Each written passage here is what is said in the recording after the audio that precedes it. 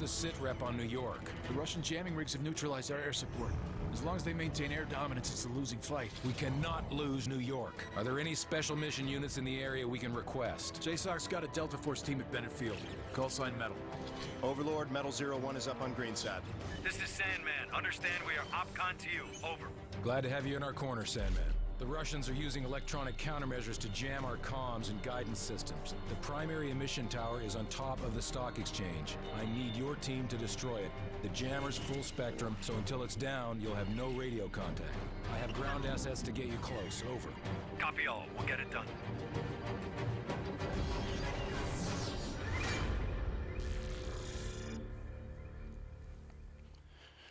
The third installment of the COD Modern Warfare series showcases some of the most memorable operator kits in the franchise, from Delta to the Rangers, Captain Price, Soap. All the iconic characters are in this game.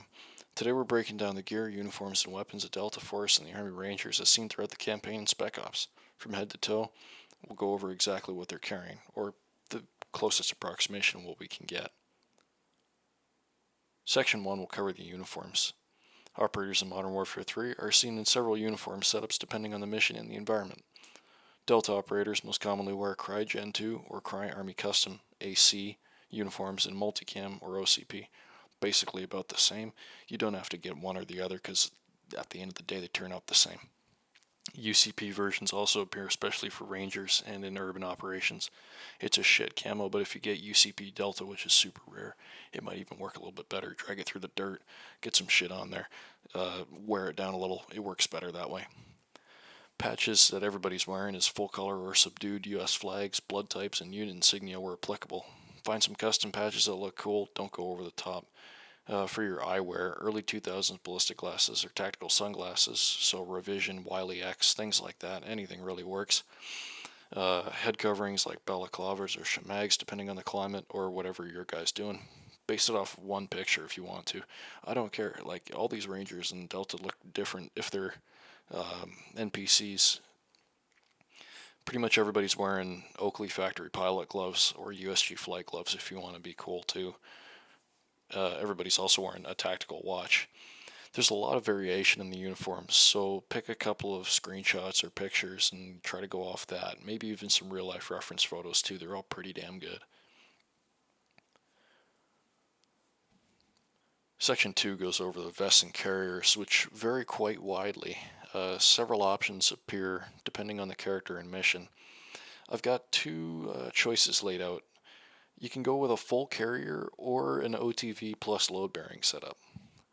So starting with the full carrier setup, this is stuff like the MBAV, CIRAS, both land and maritime, RBSS with the MSAB Cummerbund, RBAV, and Paraclete RAV. Not really, but it might work if you have one or want to get a hold of one. These all work pretty damn well when in Ranger green or khaki, or they're painted to look like the same color of the campaign. And this is your full plate carrier with backers, plate bag backers, and side armor. Option 2 is the OTV and load bearing setup. So this is something more you see in the Rangers, but you can wear like a UCP Interceptor OTV vest with an additional rig over top, or just put the pouches directly on. Additional rigs you could use are like the Aircrew Survival Vest, the more common, I think it's CMU 33, the olive drab Navy issued ones. These are for rotor wing pilots. You could use a Blackhawk Strike Vest, which is kind of like a modified version of that, or it could be the other way around. There's a bunch of different Chinese replicas of this too, so they're not exactly expensive. An RRV or rack style chest rig, which are really cool. There's only a few pictures of these in the game, but personally I think it's awesome, and you could use it for anything else other than this impression kit or a helicopter crew style vest. Pretty much each setup is mission flexible and you can change it up. For what to put on there, mag pouches, grenade pouches, maybe a holster, definitely some medical pouches or administration, general purpose, shit like that. Just make it look pretty cool, right? Add a radio. Speaking of the radio, you can use the MB-ITR PRC-148 or PRC-152, or hell, make a 3D printed fucking replica of whatever's up on the game. Pull the files out and try to copy it. There's a bunch of different flexible options and different gear layouts you can make in this section, so it's really up to you. Section 3 is helmets and headwear. Headgear plays a pretty big role in identifying who you are and what you're doing. Pretty much everybody's wearing either a high cut or a low cut helmet, so we'll go over high cut helmets first. These are on every Delta and some Rangers. Those with vent holes in the top are bump helmets. These are not ballistic rated, and they sometimes have the arc rails removed, and guys just screw things into the side, it looks like, or duct tape them on. So what you're going to most commonly see are the night vision battery packs or MS-2000 strobe markers on the back with a Surefire HL1 on the arc rail or just mounted to the side, and a mini flashlight. I think some guys even use two. It looks kind of retarded, but whatever. Low-cut helmets are mostly used by the Rangers, so this is like your classic Mitch style helmet. Some guys put a helmet cover, UCP, with a cat-eye band or something like that over it. Those that aren't, so this goes for both high cuts and low cuts. Most helmets that aren't covered are customized with like a dark green, tan, snakeskin paint job, something like that. Or even multicam painted if you're impersonating Delta, I guess. On the low cut helmets, you also see the same flashlights, Surefire HL1, night vision, strobe markers, and helmet bands. For eyewear, like we went over earlier, there's all the sunglasses and things like that. But you can also use ESS, made by Revision, the night vision compatible ones, or the Bolle goggles with like a Grimlock carabiner on the goggle band or something like that. Just adding random things on the helmet to make it look lived in, make it look used. And finally, for your communications gear, you can use your early Comtac, like Comtac 1, 2, 3, TCI Liberator, or Sword style headsets. So these are like the Ranger issued headsets in the Global War on Terror.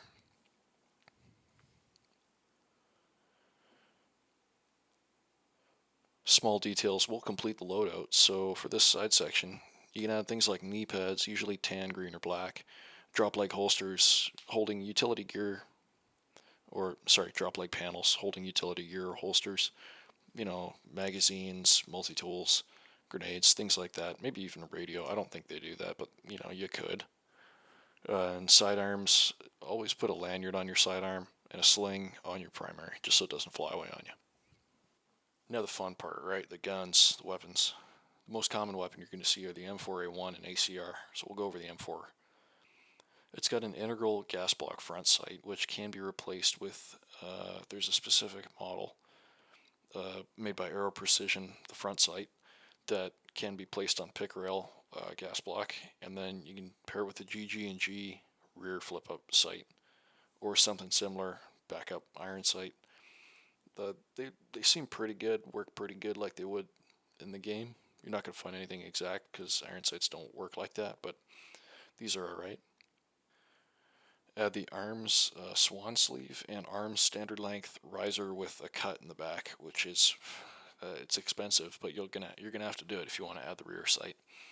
That's what I've heard, at least. Badger tactical charging handle latch, just paint it yellow with any appropriate paint. You could Cerakote it if you want to, something like that. Knight's Armament rail panels. We'll go over the quad rail at the end, but the vertical grip is also made by Knight's Armament, and the Magpul stock, CTR, or MOE, I believe. Either one works in black. And 25 round straight mag is the exact mag, but you could use a 30 round mag or 20 round with a Magpul loop. It works pretty damn good. And an EOTech with a magnifier or just ACOG standalone work pretty well. The quad rail could be a Knight's Armament quad rail. It works just fine. Everybody will see it as the same. But if you really want to be specific about it, go find a Surefire M73 quad rail. The vent holes look identical to the game, and it just adds that little bit of extra detail. Second most common weapon you'll see is the ACR, always configured with an EOTech or magnifier, and maybe a foregrip. This is almost always in the hands of Delta. Rangers are going to be using an M4 or an M16, and ACR in the hands of Delta. So M16 is up next, which is usually either with the fixed carry handle or ACOG, and sometimes they got this weird muzzle brake thing on the end, which you don't need. It's just the way they modeled it in the game. Some less common weapons are the MP5 with a RAS handguard, which is like the rail integrated kit, and an optics rail, and a fixed stock.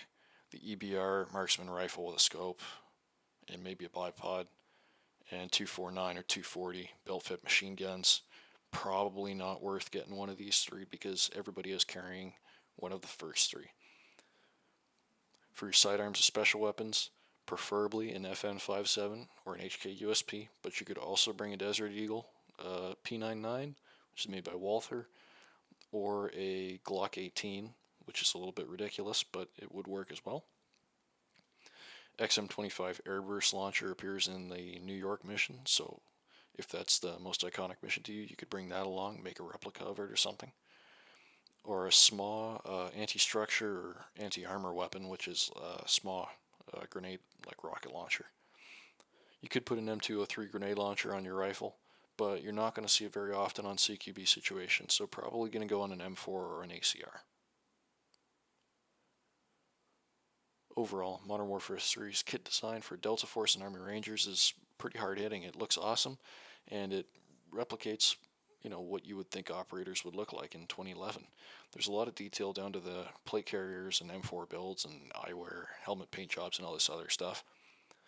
So, take some reference pictures, take some of my reference pictures if you'd like, and try to go build something awesome. Let me know if you want to see another kit or faction or weapon or something broken down a little bit further. And as always, please stay true to yourself and have a good one.